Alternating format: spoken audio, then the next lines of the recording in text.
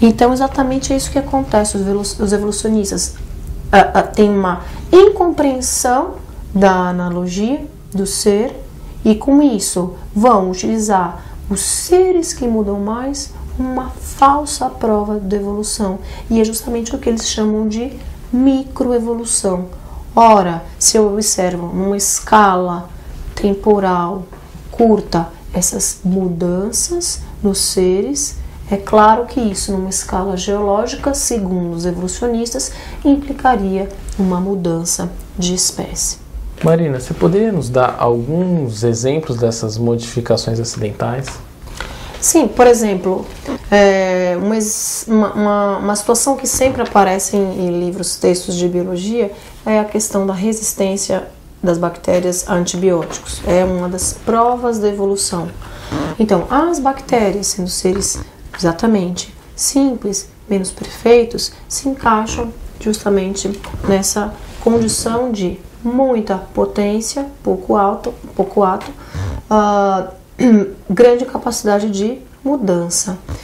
A resistência aos antibióticos se adquire pela transferência de certos elementos entre bactérias, e a bactéria que antes era suscetível a uma certa substância química e era eliminada através da presença dessa substância química, pela aquisição desse elemento proveniente de uma outra bactéria, passa a se tornar resistente também.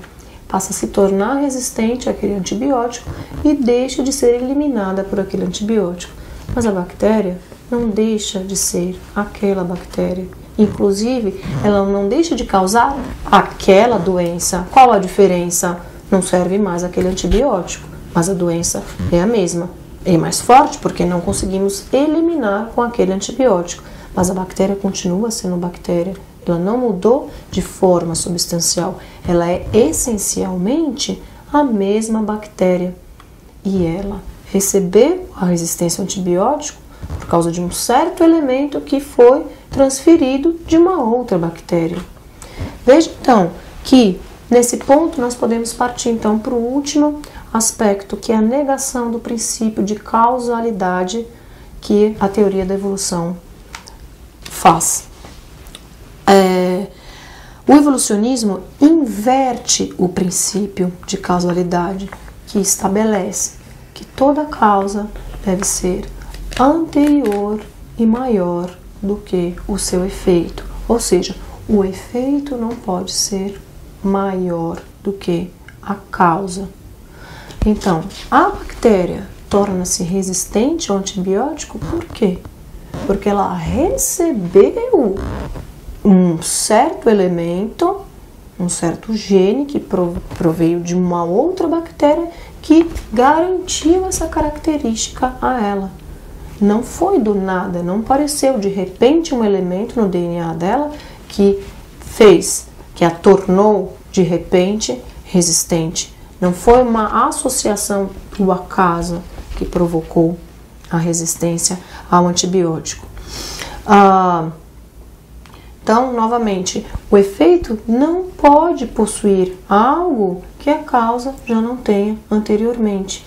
O professor Lando sempre nos dava o exemplo da vitamina.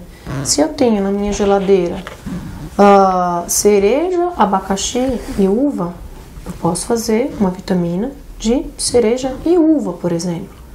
Mas, de posse dessas frutas, posso fazer uma vitamina de banana, mamão, saputi, carambola, framboesa e melancia?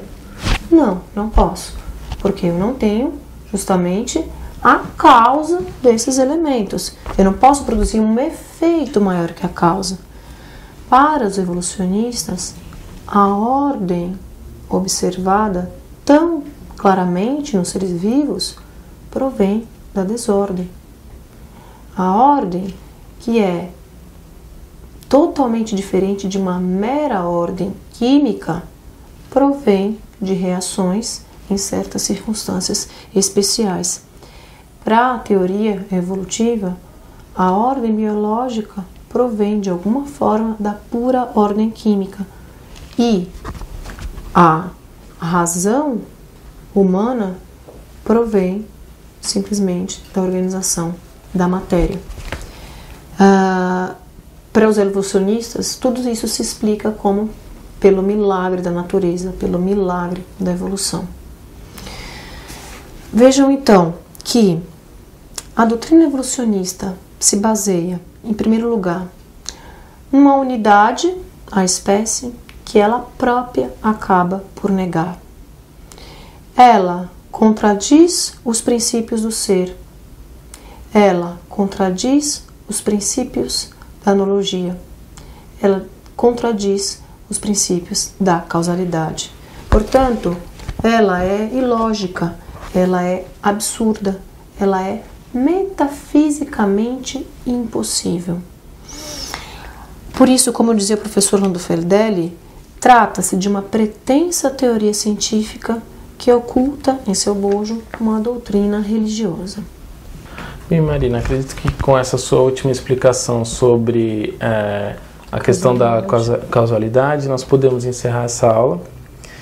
Que nós queremos que, como nós combinamos aí nos bastidores, tenha esse aspecto mais filosófico mesmo, pois é uma perspectiva muito pouco tratada, acho que quase nunca tratada, exatamente, do problema da evolução.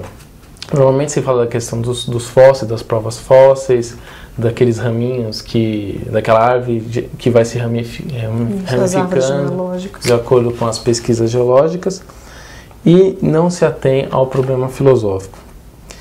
Então, nós encerramos por aqui. Numa próxima aula, se aí a Marina, Deus sabe quando, vier tratar dessas questões mais experimentais, vamos dizer assim, se os 4 filhinhos dela pequenos deixarem, por enquanto, 4.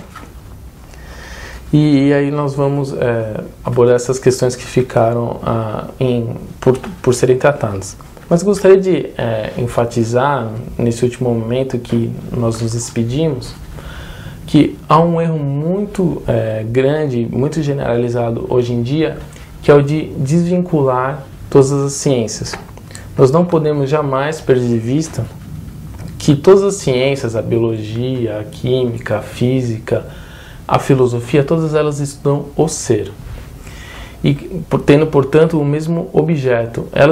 Mas elas são diferentes, elas se diferenciam pelos diferentes aspectos e pelas diferentes distâncias que elas tomam do estudo do ser.